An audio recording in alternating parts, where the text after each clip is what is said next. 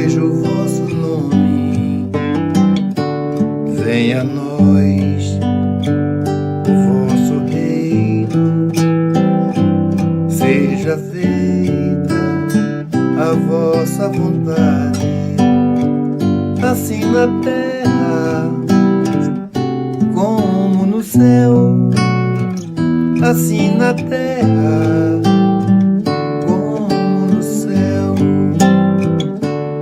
O pão nosso de cada dia dai-nos hoje, ó Senhor. Perdoai as nossas dívidas, assim como perdoamos aos nossos devedores.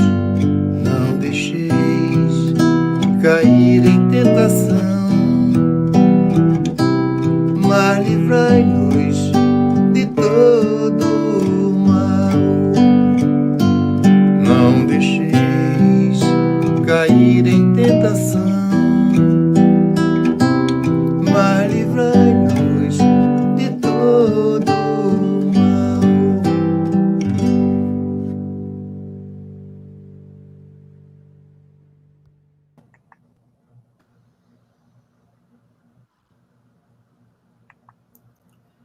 Hello, good morning, everyone. Welcome again to another transmission from the United States Spiritist Federation. We have been meeting every Saturday, bringing guest speakers to talk to us, to present their aspects on Spiritism. Today, we are very happy that we have our friend Alex Alves with us from Florida. But as always, we are going to start with our prayer, and then we will do the introduction of Alex, and after that, he is going to be giving us his talk. So I invite you all to join me in our prayers. So we elevate our thoughts and our hearts, asking protection and guidance from our Heavenly Creator, that we may feel through His love the presence of the benefactors that have been assisting us in this work, in this initiative of bringing even more knowledge and understanding about His laws. May we feel protected all the time, and may our guest speaker, Alex, be protected throughout his talk. And we ask permission to start this work. So, Alex is a worker and general coordinator of the Plenitude Spiritist Society, Kissimmee, Florida, and is a board member of the Spiritist Federation of Florida, active in the American Spiritist movement in the last 15 years. But above all, Alex has been a great friend and partner in all this work of dissemination of Spiritism, and also dissemination in Spiritism in English. And he is very dear to us, very dear to our heart, and we are very happy to have him here today. And I'm sure all of you that will be following this presentation will be really able to get to know Alex a little bit, in case you don't. So Alex, thank you so much for being here with us, from doing this presentation to the United States Spiritist Federation. And now it's with you. Good morning, Jusada. Good morning to all of our friends that are joining us at this moment. It's technology is something that we are really amazed in this, especially in the last few months with all of this COVID-19 going on. Even with the distance, the physical distance that we are feeling from one to the other, we also can get together with this technology, using these resources that we have to try to connect ourselves through minds and through hearts, so we can try to cope together in this moment and learn a little bit more what Spiritism can add to our lives. Thank you so very much for the opportunity. Thank you so very much for the invitation and the a chance to be working on the Spiritism doctrine. Thank you so very much.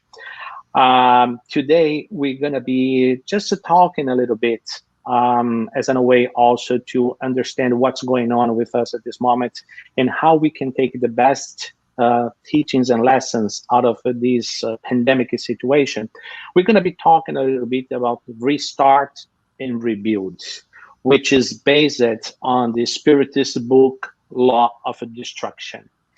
If you look a little bit further back, and not that long, maybe 6 months ago, there was a lot of things going on with our planet, on this earth. We had back in November, December last year, we had all those fires in Australia. We had volcanoes in New Zealand, which is something unique. We never heard about volcanoes going on in New Zealand.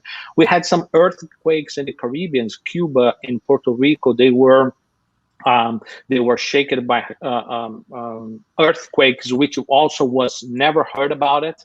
And then finally, at the beginning of the year, we had all of this pandemic situation, the COVID-19 going on and affecting all over the world. So when we look into all these facts together, we say, whoa, the end of the world is really coming. It's really near.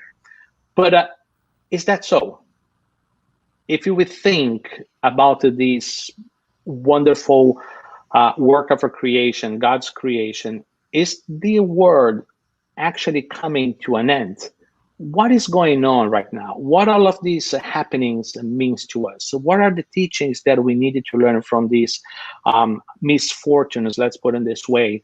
And how can Spiritism help us to understand what is going on and what is expected from us? We cannot forget, but one of our main roles as incarnated beings is to somehow contribute to God's creations on this world. We are also co-creator on a minor plan, on a very specific role that we can fulfill, but we also have our missions and our role to contribute somehow to a better world, to construct a better world for the future as well. This is this explanation is in the question 132 from the Spiritist book.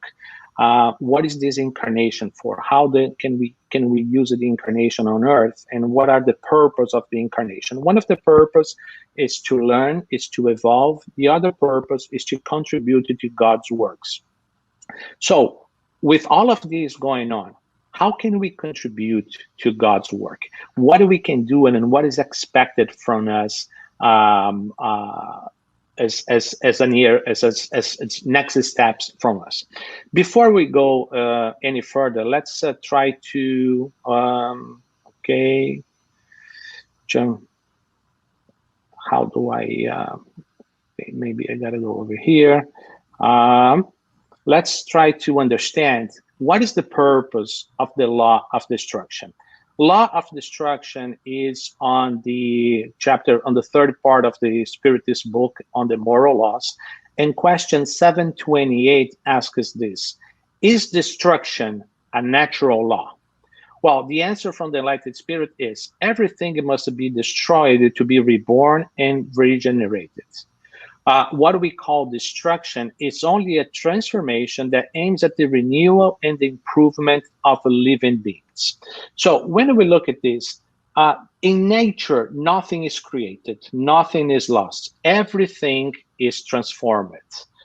There is no good that always lasts, or evil that never ends. Every end has its beginning, and every beginning has its ends. So our lives, the existence, the solo existence of ourselves, it's a constant transformation since we were born until we pass it away, until we leave this body behind. Everything is a constant transformation. A moral transformation, a physical transformation, and an invited transformation.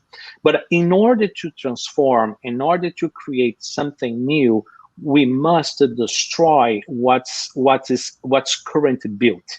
In order to build a better house, a bigger home, we have to destroy what we have so far so we can build something bigger and better for the future. As our life is as an eternal movement or move from progress and destruction, we can relate to, for example, the proper discarnation process that we face when we are alive. It's the law of destruction in plant activity. It's when we destroy the body that we are using today, leaving it behind so nature can use those components from our own body to create new things to the future. The volcanoes in Hawaii, it's another example on a constant destruction and reconstruction of nature. When we first look at the volcanoes, for example, you can just see and imagine the destruction, the fire, everything that's being lost, homes has been wiped away, families having to be moving it out from their places and everything. So the very first impression that we have, it's the destruction. But if you go back to the same places 5 to 10 years later, you're going to see nature reflourishing, plenty of beauty and strongness. We see the destruction that was necessary in the first step before another thing much better, much well constructed coming up after and on top of that destruction. The ice ages that Earth went through in the last centuries and the last millennia and everything is also helped to shape all the resources that we have nowadays, that we are using those resources and that we are using everything that was left behind by those transformations. So we can come up to the conclusion that the purpose of the law of the destruction is to open the way to the law of progress. That for something to be moving or constructed in a better way, we have to destruct, so we can have an opportunity to evolve, to progress, and to create something better. One of the things that I like the most on these Benjamin Franklin's teachings, you have the 13 virtues from Benjamin Franklin's, which is one of the, on my perspective, one of the biggest contribution that the United States Spiritist Federation made to us a few years back when these 13 virtues of Benjamin Franklin were analyzed, and they are available on the website as well. Benjamin Franklin said, like the cover of an old book with its contents turned out and is scratched and erased, lays here the body of Benjamin Franklin, now serving as food for worms. But the work will not be totally lost, for it will appear, as he believed, once again in a new and more perfect edition, corrected and modified by the author. So this phrase for me encompasses pretty much everything what the law of destruction means and what the progress will bring us in the future. We have to destruct so we can open the ways and we can open the opportunity also for the progress to come on. But how we can see, and relating back to the beginning of our talk, how can we see all of those happenings, the fighting in Australia, the volcanoes in New Zealand, the earthquakes in the Caribbean, the COVID-19 that we're going through? These are much more like some calamities. So how these calamities can relate to ourselves nowadays, and how can we learn from them? According to the Spirit's book, question 737, for what purpose does God inflict humankind with the destructive calamities? And the answer is to impel them to progress more quickly. So the calamities, these destructions that we have, it's important so we can wake up for a new opportunity or new ways to find to do things so we can progress and evolve more quickly. Haven't we stated that destruction is necessary for the moral regeneration of spirits who accomplish a new degree of perfection during each new existence? You must see the end in order to appreciate the results. You only judge such things from your own personal point of view, and you regard such as afflictions as calamities because of the injury they cause to you. However, these hardships are often necessary in order to make things arrive at a better order more quickly and to accomplish in a few years what would otherwise require many centuries. So, as we were saying in the beginning, in order to accomplish some progress, we need to destruct what we have so we can build something better in the future. We're going to see a few pictures in a few slides that will bring this perspective in a more clear way so we can understand better what are these calamities and these tragedies represents to ourselves as an opportunity to evolve and to progress. Before we reach those pictures, it's important to say The question 739 says, are destructive calamities useful from a physical point of view, notwithstanding the hardships they cause? It's important, this answer, because when we go through these painful moments, the only thing that we feel, the only thing that we are paying attention is the pain that we are having at the moment. And the answer from the spirits says, yes, they sometimes modify the conditions of a region, but the good that results from them is usually only felt by future generations. I can give a perfect example related for the situation that happened a few years back over here in Florida. I wasn't living over here yet. I was still back in Brazil at the time. But when the Hurricane Andrews came and hit Miami, especially Homestead, on the late 90s, it was such a destruction on that time that no one was prepared for that. So after that hurricane, which we have some amazing and wonderful progress in two fields specifically. One on the science field, because man started to study the impacts of a hurricane,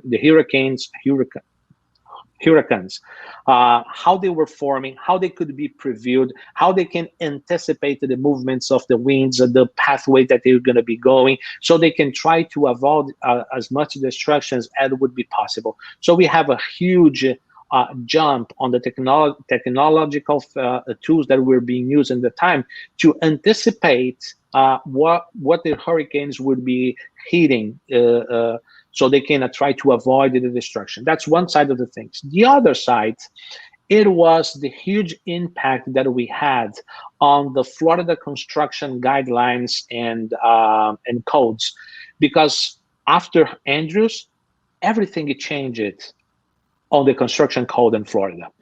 Houses, they were no more allowed to be on the wood as their base. They would have to go by concrete. The roofs would have to be attached to the main body of the houses. A lot of other things. Shutters, it was mandatory that the new houses would be delivered with the shutters and already ready to be placed in the shutters in the case of the hurricane to come. So a lot of things changed, but it was just perceived a few years later that tragedy hit the Florida. But it's important to see how these things will impact, will bring progress, and will be felt in the near future. Now, I have a few pictures that I'd like to share about the 2004 tsunami that killed almost 400,000 people in South Asia in 2004. I'm going to be showing 3-4 slides, and for each one of them, the left pictures is always the picture taken a few hours after the impact, after the tsunami, and the picture on your right is going to be always 10 years later, what nature and what man itself created on top of that destruction. And it's important to see how it's the progress and the evolvement came after all of that destruction. So on the left side, we have the first picture showing the destruction that we have right after the tsunami. On the right side, you have the same place 10 years later with all the constructions already rebuilt, with a new nature flourishing and these kind of things. I'm pretty sure this over here shows a highway that was totally destroyed by the debris from the trees and the houses that were on that place. On the right-hand side, 10 years later, everything back to normal. And you can see nature, how nature rebuilt itself and reconstructed itself. Also over here, you have this palace that was the only thing left after the tsunami. And 10 years later, all the other constructions and everything. And you also can see how nature recomposed itself. This one is pretty impressive also because you see a deserted land, and pretty much everything that we had over there was destructed. And on the right-hand side, you see 10 years later how man and nature were able to rebuild themselves.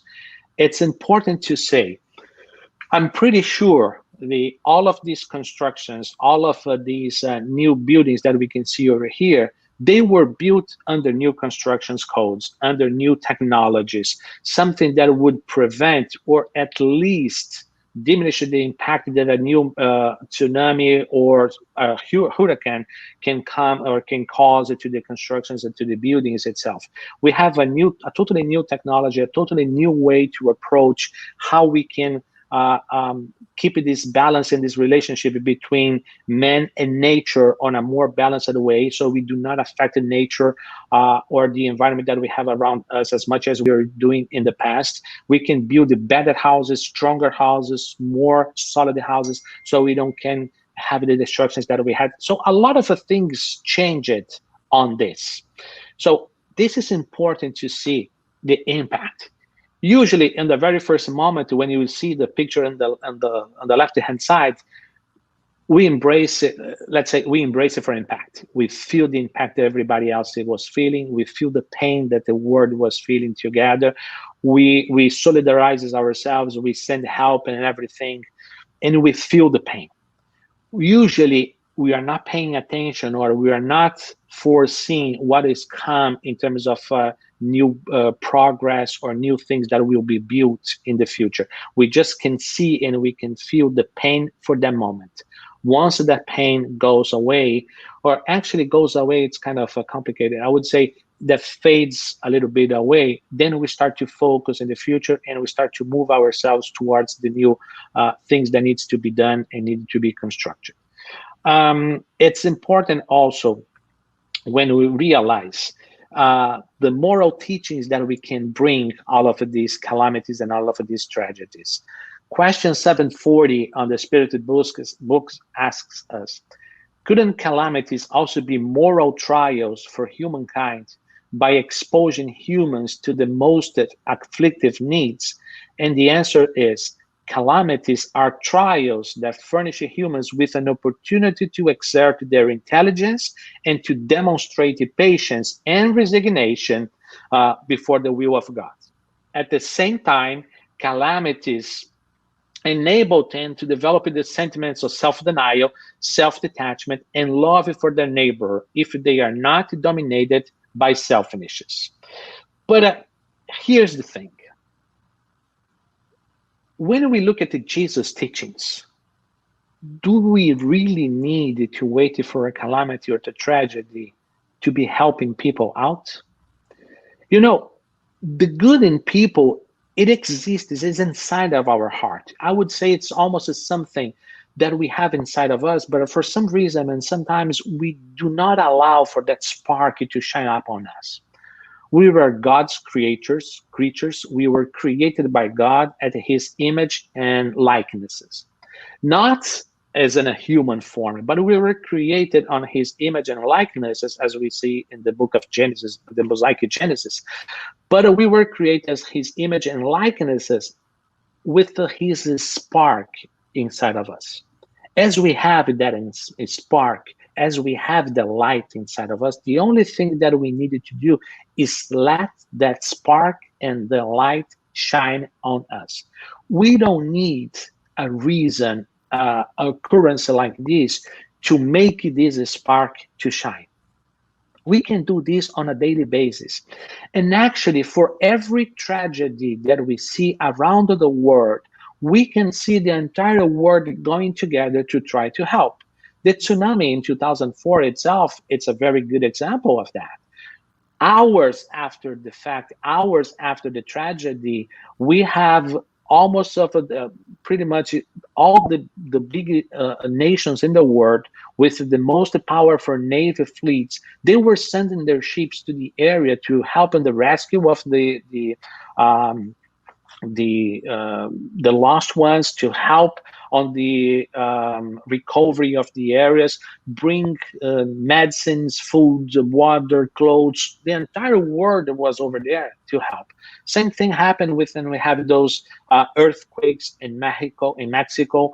Same thing when what happened to Lebanon last week, what happened in Beirut. We have the entire world getting together to send the resources and help for the places. So we have that spark inside of us. why do we need to wait for a tragedy to be acting?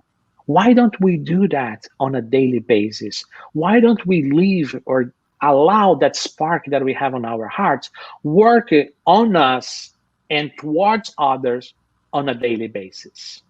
And the answer for that is pride, selfishness, self-interest.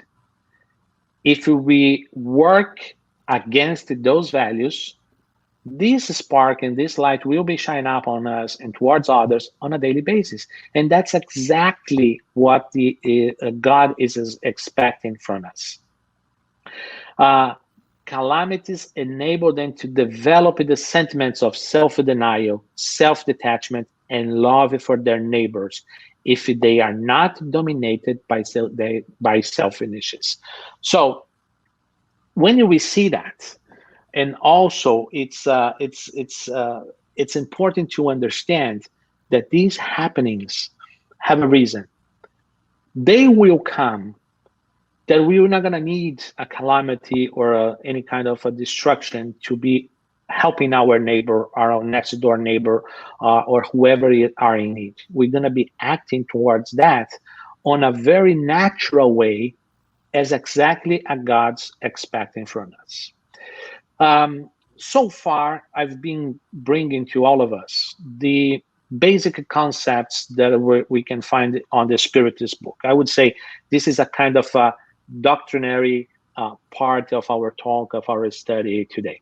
Now, I would like to just to leave the Spiritist book aside for a while and start to look into this situation on the practical meanings and the practical teachings that we can take to our life.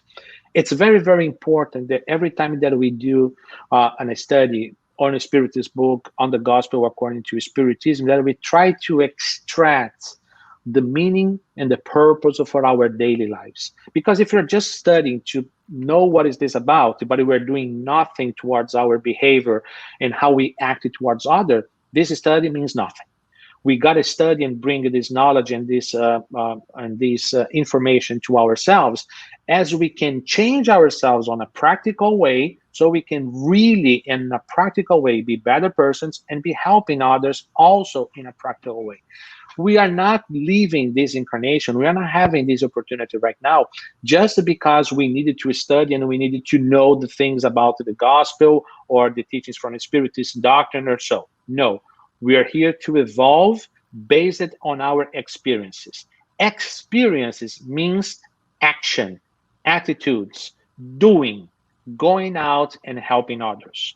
So every time that we do a study like this, it's important that we extract the real action, meaning, and value from the lesson. So far, we were watching and looking at the Spiritist book, some pictures and comparisons, so we can have a better idea on the concept.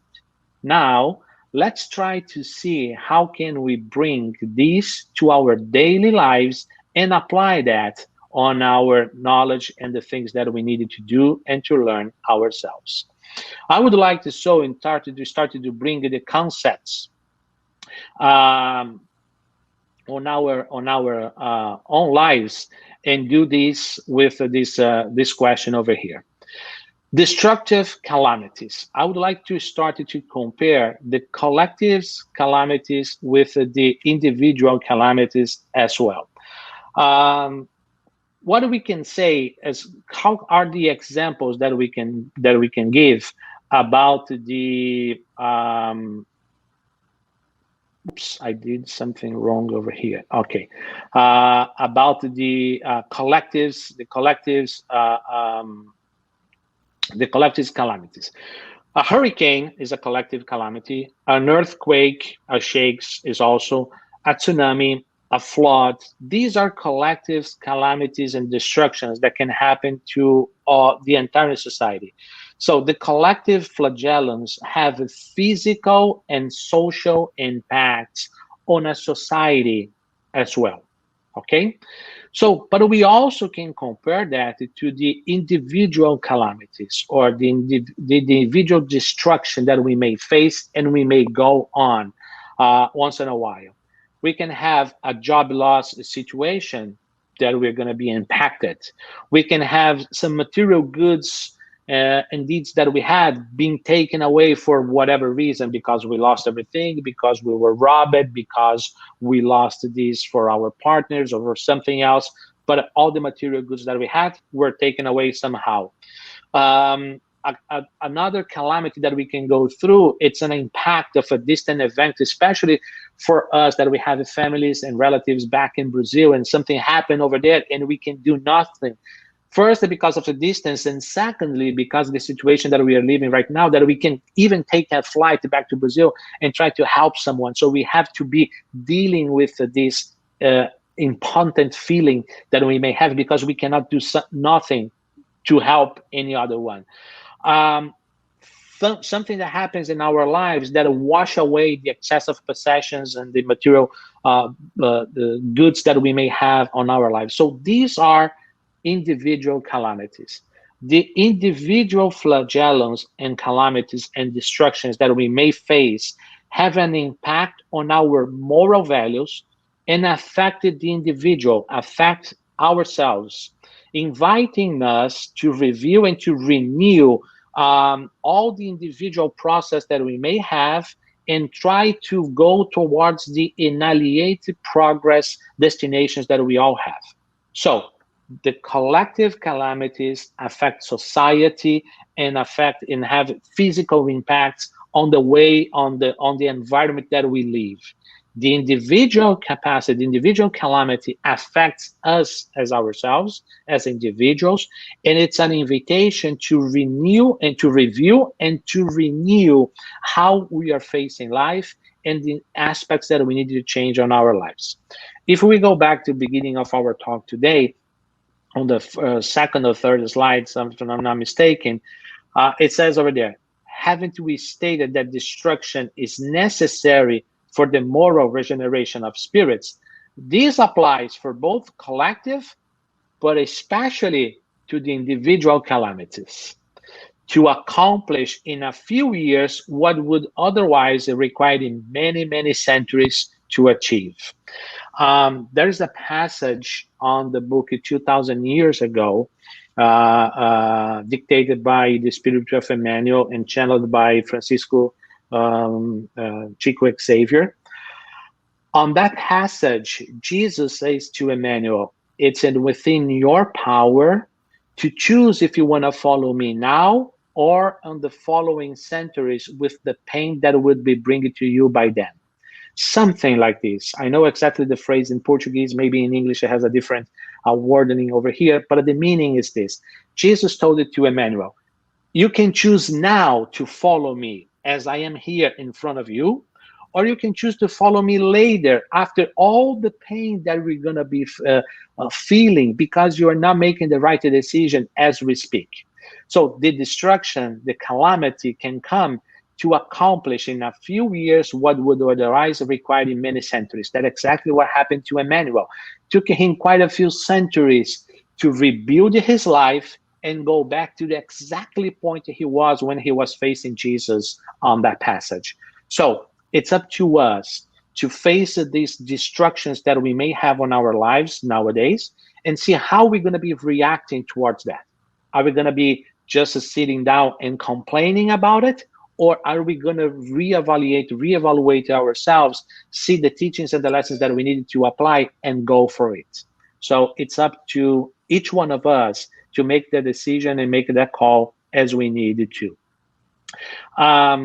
Actually, after we see these destructive calamities, I would like to bring something that internet nowadays, there is a lot of things out there which is not even worth it to open or to see. But there's quite a few things that brings us knowledge and information, which is quite feel interesting. I would like to share with you guys something that I came across a few months ago. Exactly when I was first preparing this study, I came through it's a fact. And I would like to share this with you because I think there is a huge learning experiences over here. It's a nice picture, huh? It's so beautiful, so kind. That's this is Shrek, the sheep. I'm not kidding. It's true. This is a fact. If you go to the internet and to Google and everything, you can check the veracity of the trueness of this history that I'm talking to you guys. The name of this ship is Shrek. Shrek, she became very, very famous a few years back when she was first found in one of the caves, in some caves back in New Zealand. This ship, she was lost for about 6 to 7 years. She ran away from her pastor. She just put herself inside a cave, and she was living totally solitary, totally by herself during this time period. So, of course, during this time, her womb grew without anyone there to share it. So no one was taking care of her. When she was finally found and sheared, her wool weighed an incredible 60 pounds. Most sheep have a fleece weighing just under 10 pounds, with a few exceptions that it usually weighs on a maximum of 15 pounds. So she was carrying pretty much 4 to 6 times more weight than she usually would be if she would be guided, if she would be taken care by her pastor. So it's this guy, which is in the picture, is the one who make this professional wooling, who take it away all of this weight, all of this wool out of her. So for 6 years, Shrek carried 6 times the normal weight of his fleece. This brings to my mind the passage from the New Testament when Jesus compared himself to a shepherd, and his followers are his sheep. Maybe it will sound strange, but I think Shrek is very much like a person who knows Jesus Christ, but has gone astray, decided not to follow, decided to run away. I don't think that these teachings or the way that this guy is guiding me, it doesn't fit me. I don't like his words. I don't know. For some reason, we know Jesus, we were allowed it, and we were able to get in touch with his teachings and his guidance, but we decided not to follow through. So if we avoid the constant refinement of Christ's character, we will accumulate extra weight in this world, a weight we do not have to bear. If we do not allow our shepherd to guide us and take care of us, we're gonna be accumulating a weight over our shoulders that we don't have to carry, and secondly, and most importantly, we may not be prepared to carry. It's important to remember that once we accept the guidance and the leadership of Jesus or any other spiritual leader, we're going to have on our shoulders just the weight that we are able to carry. God will never, ever allow us to carry on a weight that we are not prepared to do it or to face it or to carry on our shoulders.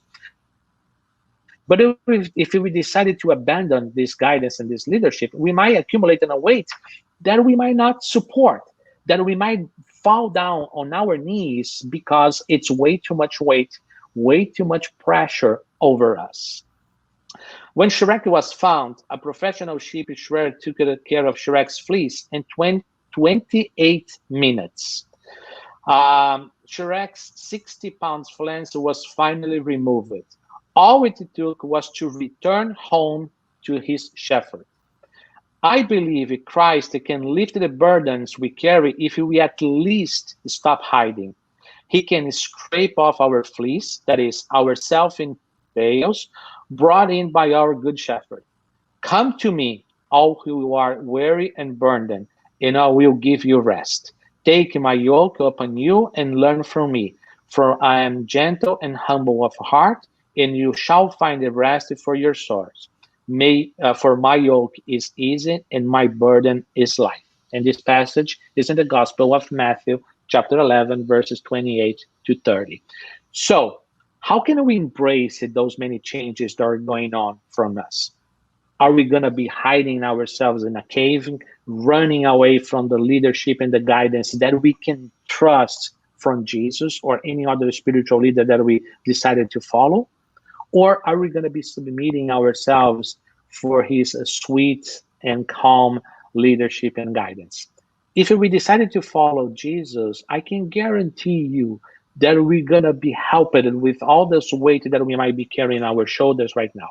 But most of the time, we decided to take our problems and the solution of our problems on our own hands. That we may assume or presume that we know better than Jesus and God. And we decide to do things on our own way, which most of the time is not exactly the right way to do the things, because we are not prepared yet. But if we submit ourselves for this sweet and kind leadership, which will be guiding us through our problems, for my yoke is easy and my burden is light, we can trust in someone that can guide us through all of these problems that we may have. So once we learn this, and when we say this situation with the Shrek, there's another concept and another idea that I would like to relate or make a correlation between what is going on right now and how can we change the way that we see these calamities and these tragedies around us. So if we submit ourselves to Jesus' leadership, we are not going to be carrying the weight that we have over us. Another thing that I would like to make another comparison is about the photosynthesis process. What is the photosynthesis? The photosynthesis, it's a process that plants use energy and sunlight to turn a gas called carbon dioxide and water into sugar. Plants then use this sugar to grow. At the same time, plants produce a gas called oxygen as a waste product, which is lucky for us and other animals because we need oxygen to breathe. So the plants use the sunlight or the light of the sun to take something that is not useful, the carbon dioxide, plus the water that we can extract or they can extract from the soil, make a transformation, transform those ingredients into sugar, which is going to be fueling them for growth, and releasing oxygen, which is a side product or a byproduct of this photosynthesis, which will help the other animals which are living around this plant. So using this process, I would like to bring this concept, which is, it's not the spiritism, it's just something that I think it can help us to understand better the process that we can go through as we face some adversities or calamities or tragedies on our lives, which I would call the spiritual photosynthesis from ourselves. How can we compare the sunlight? We can compare that to the light of Jesus, his teachings, his words, his examples, the way that he behaved himself over 2,000 years ago.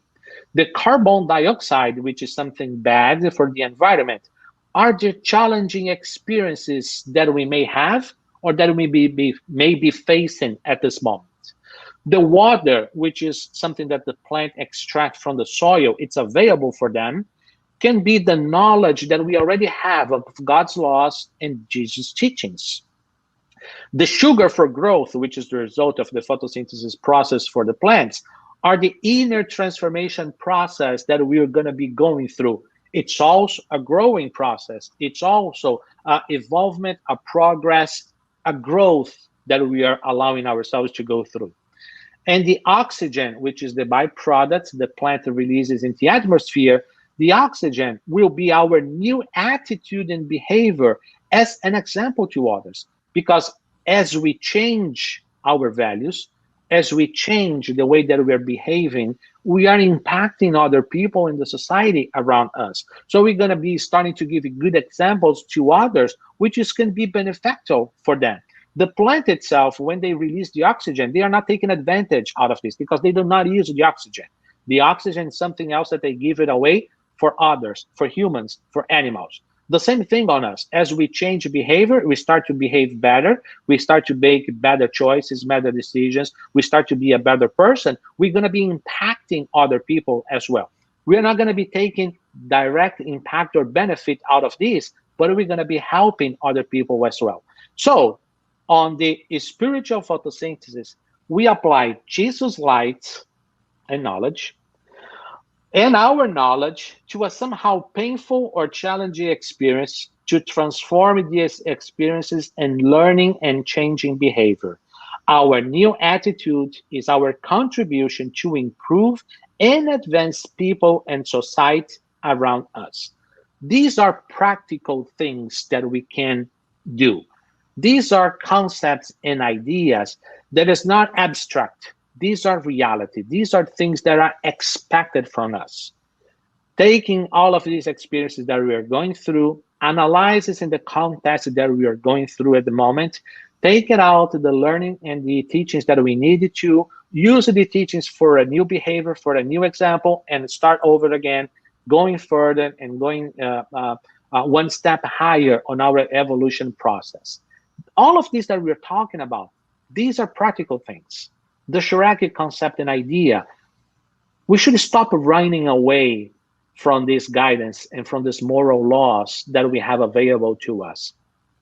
If we would let us to be guided and following Jesus' teachings, we are not going to be carrying a weight that we are not supposed to.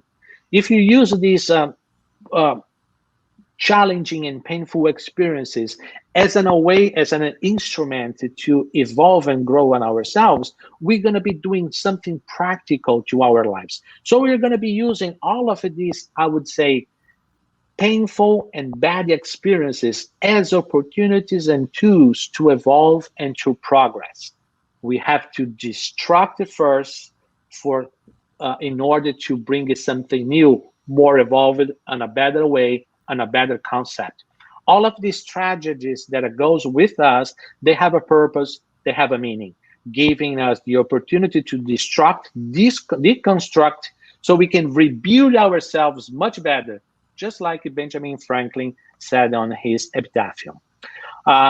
Also, in order to coming to an ending, coming to a closing on our talk, I would like to bring this other idea and concept, which I saw in the beginning of the year, right after these tragedies and calamities that were going on in Australia.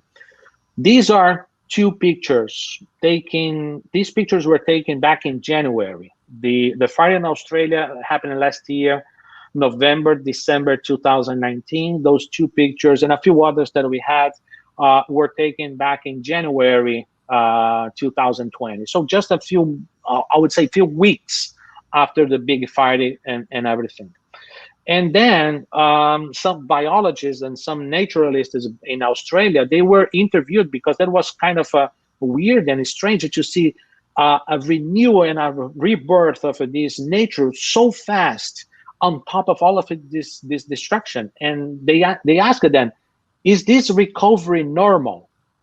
And they said that the answer from these biologists and from these naturalists from Australia says, yes, it's pretty normal.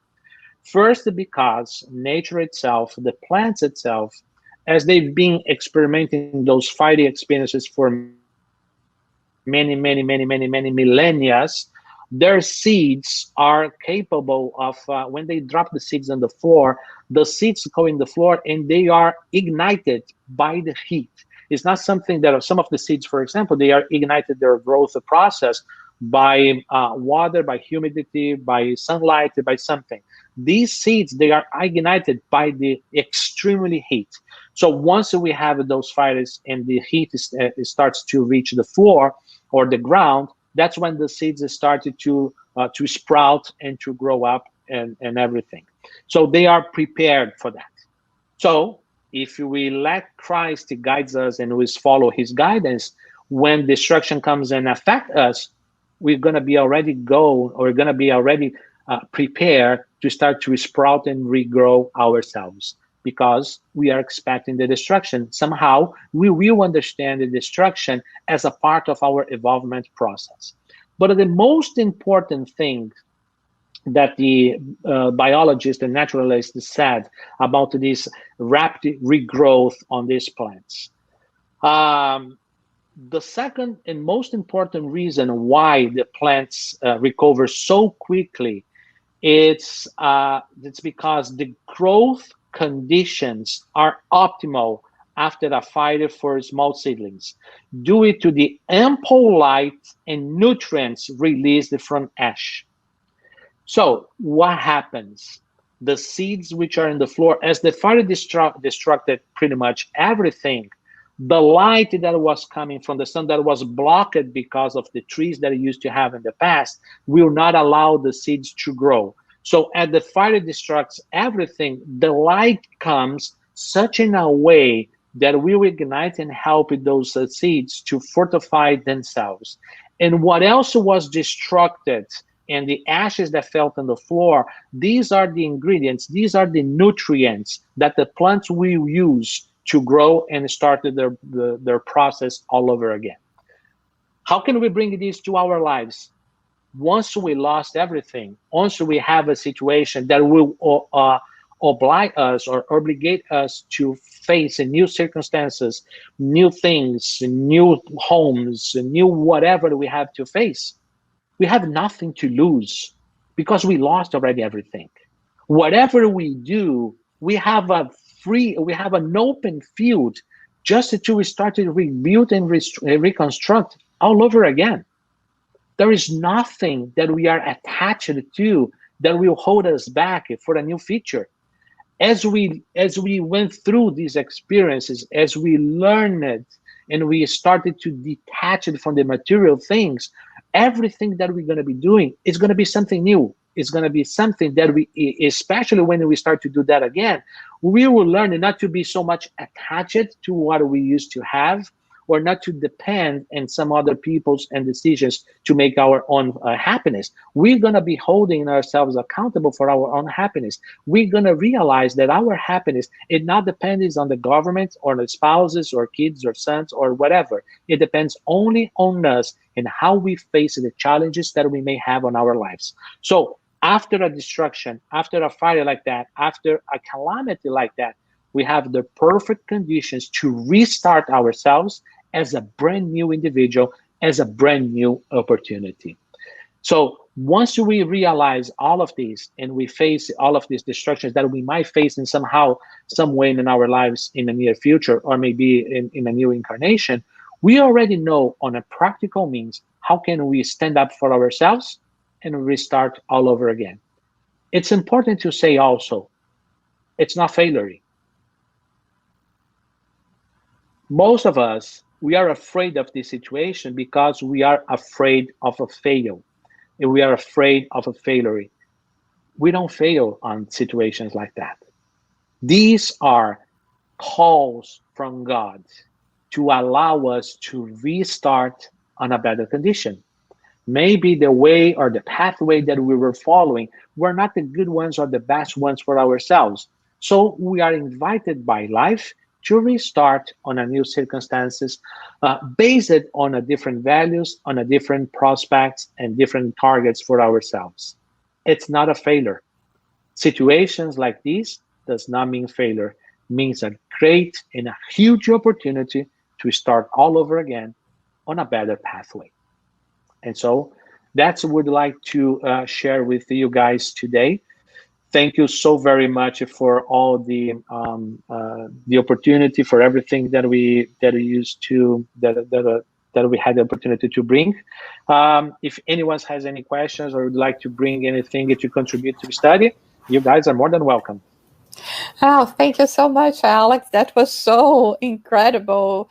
It's the idea that we still have of not completely understanding the cycles of life, not understanding that we cannot build up unless we remove the old. And sometimes the old means also all these changes that we see happen in nature. Many of them, unfortunately, that shouldn't have been happening, but they are happening just because of our behaviors. We could not aggravate that so much, but other things that are so important to go through. We do have some questions here. Let me see the first one. What is the best way to allow Jesus' guidance in our lives? Thank you, Glaucio. Excellent question, Glaucio. It's not a hard thing to do. We don't have to have a MIT degree or a Harvard degree for that. It's just necessary that we open our hearts to it, that we accept that we are not as good as we think that we are still child on the evolutionary process, and that we still need guidances to ourselves. The main difficulty that we have to accept Jesus and let Jesus guide us, it's our pride, because we think that we know better than anybody else. We think that we know better than God. So our pride is the one that does not allow us to accept and follow the guidances that we have from Jesus. So the best way that we have to allow Jesus guiding ourselves, it's humbleness.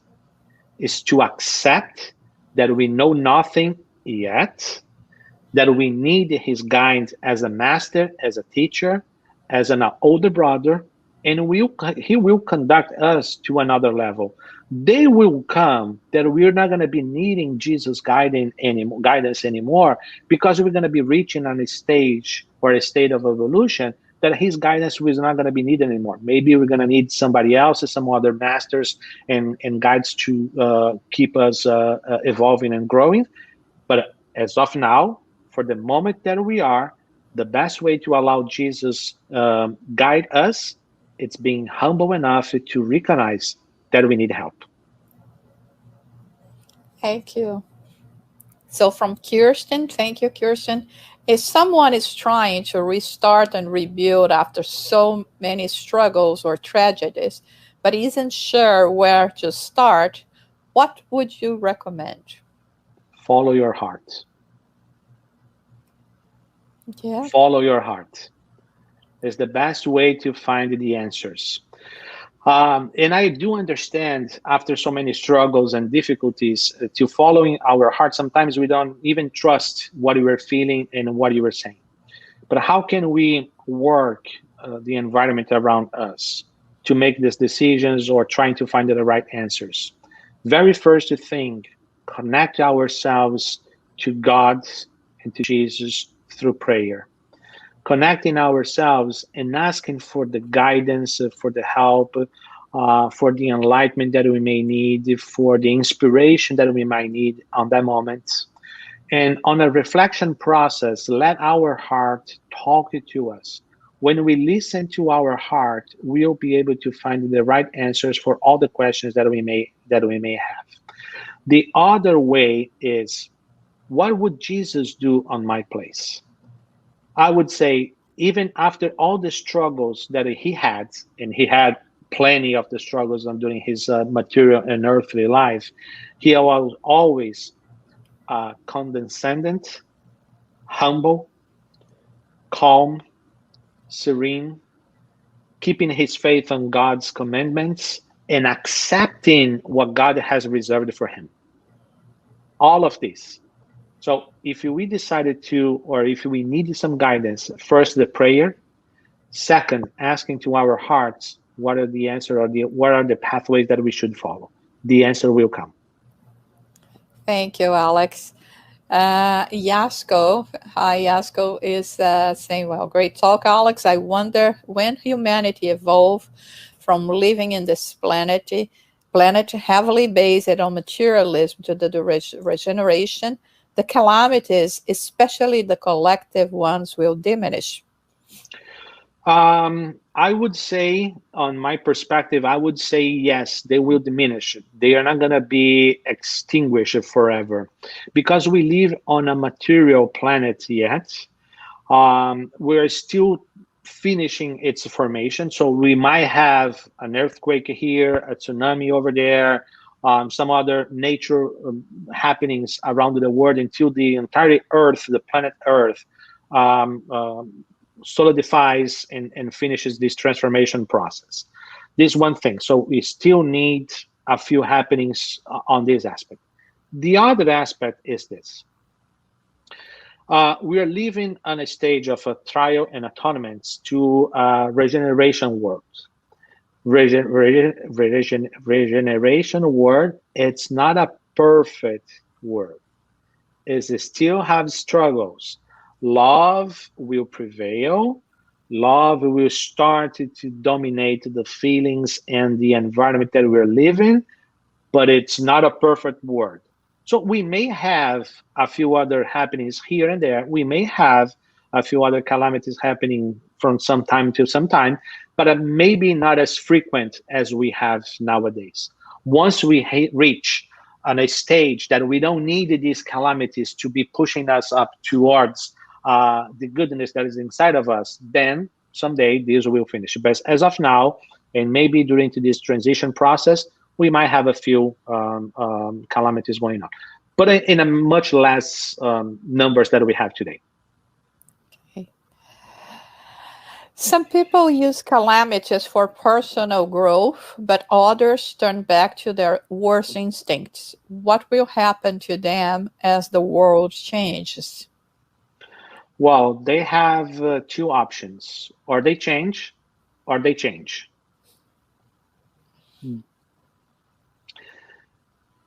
All of us, it's a law of progress. We are all created humble and ignorance. Ignorance, not stupid. Ignorance as a lack of knowledge.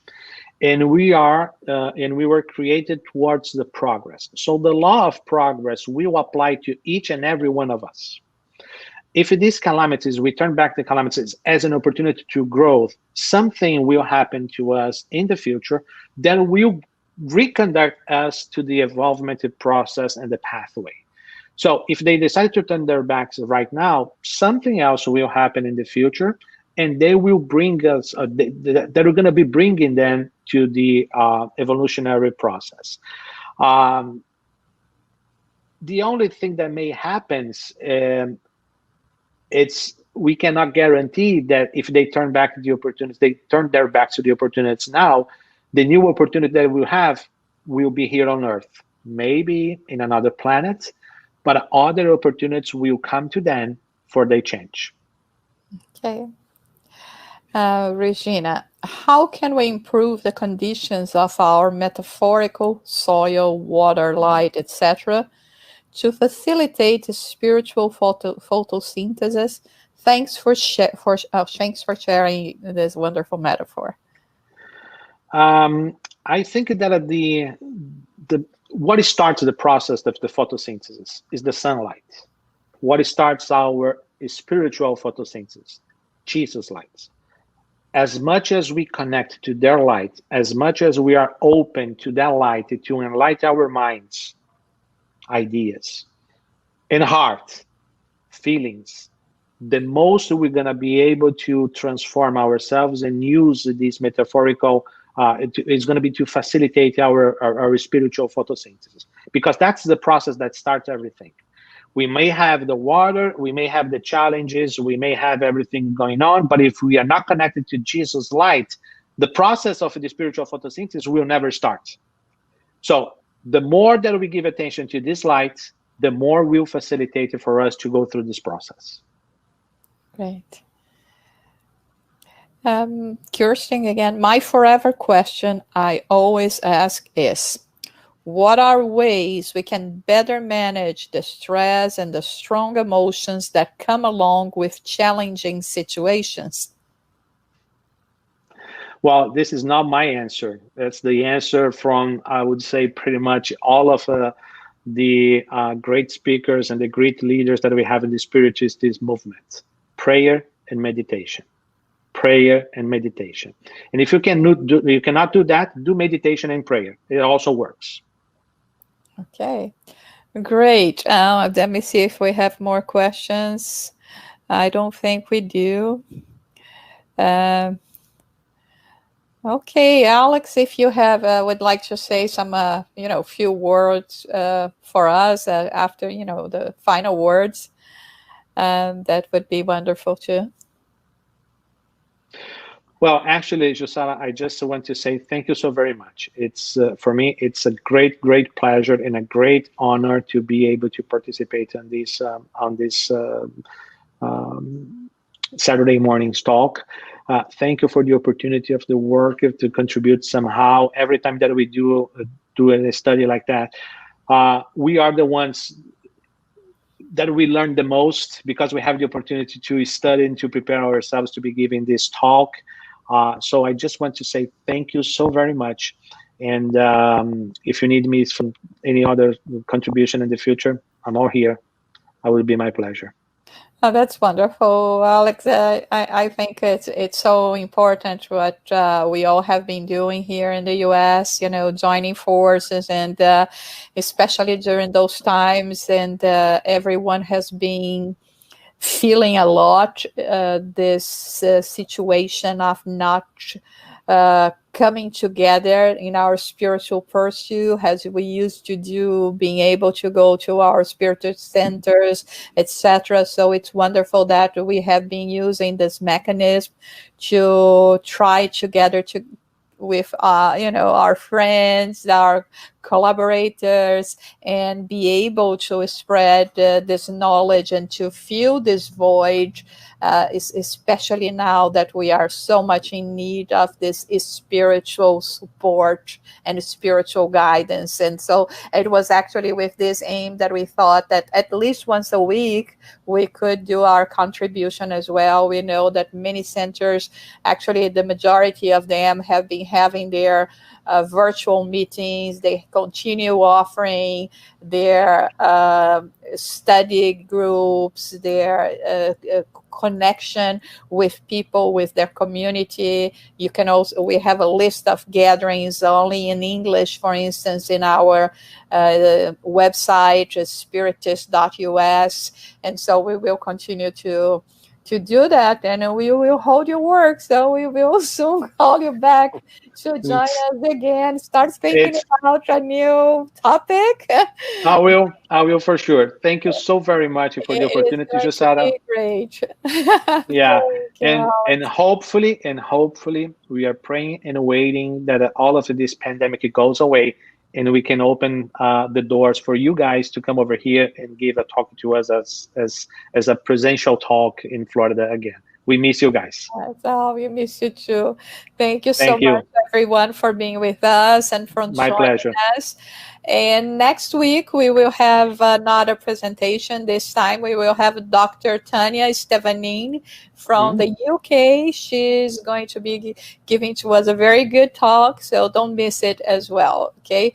Thank you so much, and we'll see you next week. And we are going to finish with a prayer of gratitude, elevating our thoughts, uniting our hearts, to show our gratitude to God for all the blessings we have just received, for this opportunity. And may we be here, gather together again next week to continue this process of inner enlightenment, this process of becoming this new being that we so much want to become. May the good spirits, our brother Jesus, be with us and inspire us throughout this week.